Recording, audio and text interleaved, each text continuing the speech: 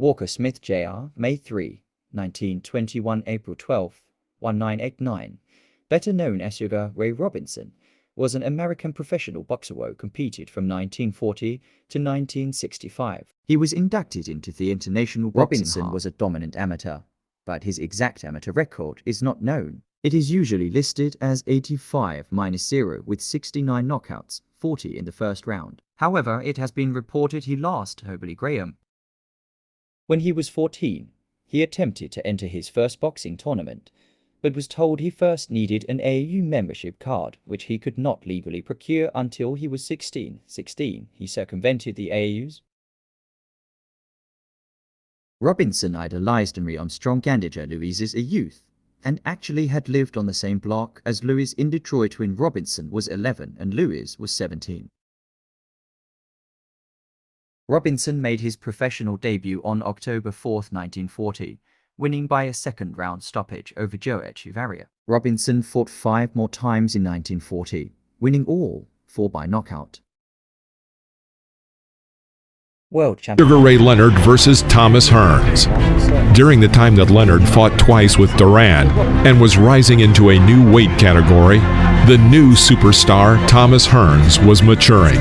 Under the leadership of Emanuel Stewart, this tall boxer had become a real hitting machine.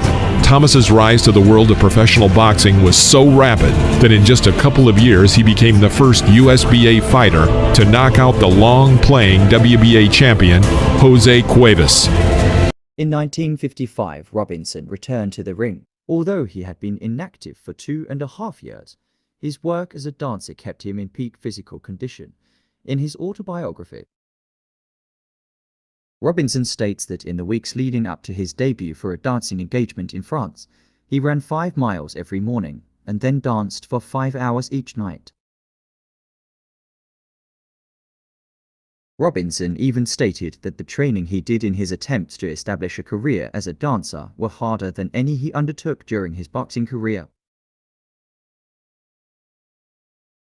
He won 5 fights in 1955 before losing a decision to Rolf Jones. He bounced back, however, and defeated Rocky Castellanabi a split decision, then challenged Bobo Olsen for the world middle.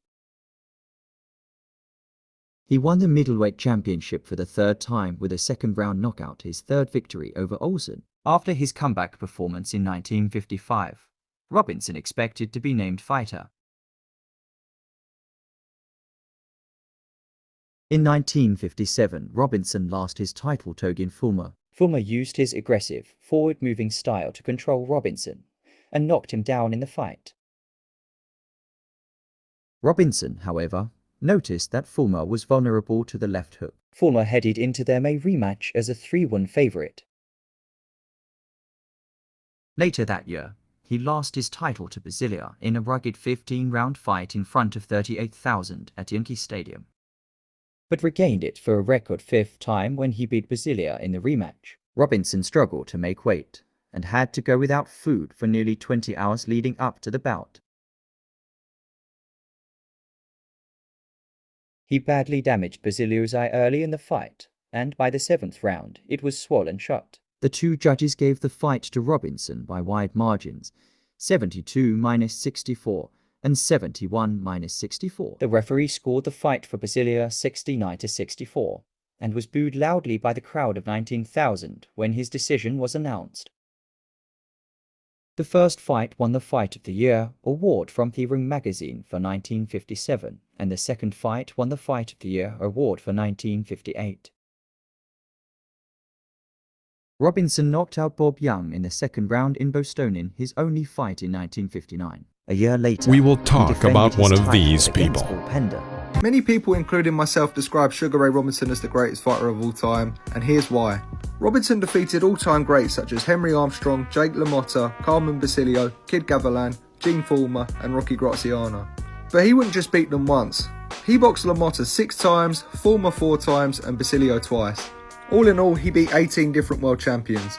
He won his first 40 fights before losing to LaMotta, and after that loss, he went on a 91 fight unbeaten streak, winning the welterweight and middleweight titles, racking up a record of 129 wins to 1 loss.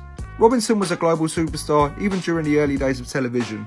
He was the perfect technical fighter that could do everything. A slick combination puncher with huge power, Robinson scored 109 knockouts in his career. He won the Fighter of the Year award in 2 different decades and racked up a total of 202 fights. The majority of his defeats came in his late 30s and mid 40s.